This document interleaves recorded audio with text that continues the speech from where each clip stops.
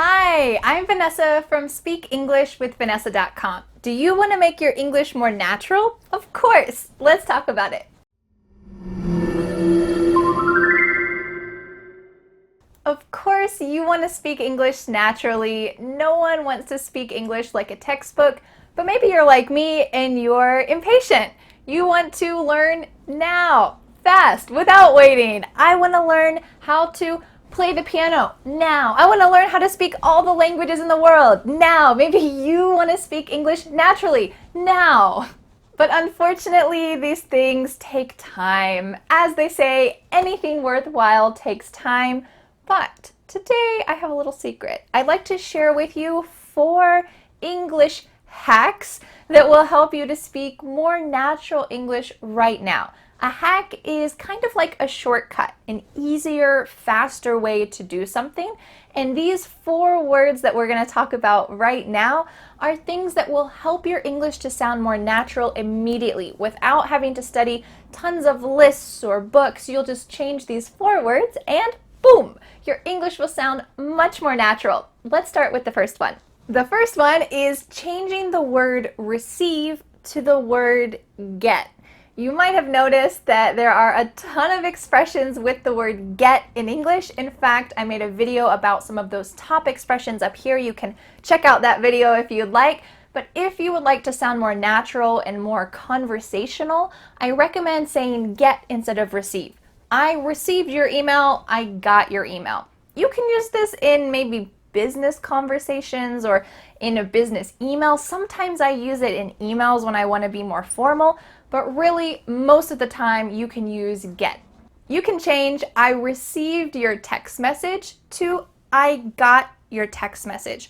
I received your package in the mail, I got your package in the mail. When you use got or get in these situations, it's just going to sound so much more comfortable and more common in daily conversation. All right, let's go to the second hack. My second suggestion for helping you to sound more natural right now is to change prefer to I would rather.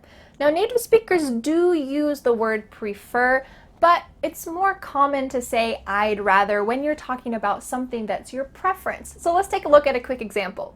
If someone asks you, do you want to listen to Queen? You might say, no, I prefer to listen to quiet music when I'm studying. Or you can make it even more natural and say, no, I'd rather listen to quiet music right now. I would rather listen to quiet music right now. I'd rather or I would rather. Let's imagine that your coworker is trying to plan a meeting and they ask you, can you have a meeting tomorrow afternoon? You could say, well, I prefer to do work in the morning. Or even better, you could say, I'd rather do work in the morning. I'd rather have a meeting in the morning. I would rather, and then you can state your preference. It sounds great. All right, let's go to the third one. The third hack is changing many to a lot or a lot of. You probably learned many, much in your elementary school textbooks, but today I'm here to tell you if you change it to a lot of, you're gonna sound amazingly natural. So let's take a look at a quick example. You might say, I ate many cookies. Okay, it's grammatically fine, but if you want to sound even more natural, you could say, I ate a lot of cookies. I ate a lot of cookies. And you can change this pronunciation to be linked together and say, I ate a lot of cookies. I ate a lot of cookies. I ate a lot of cookies yesterday and now I don't feel so well. We just talked about many, but I want to let you know that with the word much, much is often used in negative situations. You can use both much or you could use a lot of. Both of these are commonly used. So you might say, there isn't much coffee left. There isn't much coffee. Or you could say, there isn't a lot of coffee left. Here we have a negative sentence. Isn't is not. So you could say, there isn't much coffee left or there isn't a lot of coffee left. And both of these are perfectly natural. The fourth and final hack to help your English sound more natural right now is changing the word very to the word really.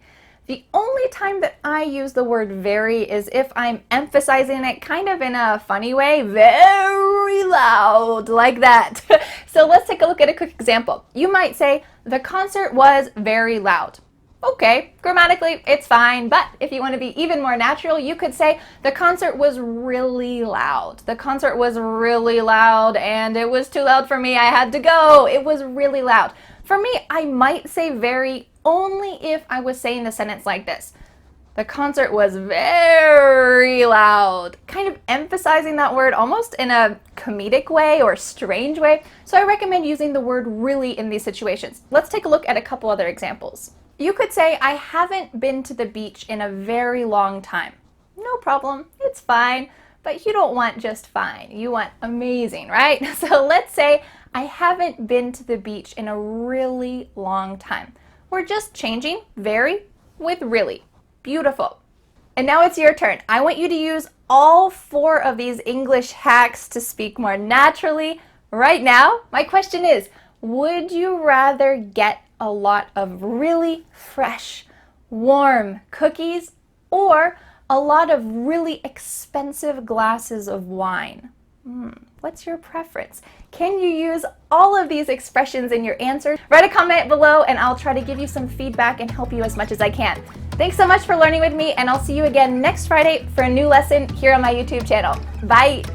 The next step is to download my free ebook, 5 Steps to Becoming a Confident English Speaker. You'll learn what you need to do to speak confidently and fluently. Don't forget to subscribe to my YouTube channel for more free lessons. Thanks so much. Bye.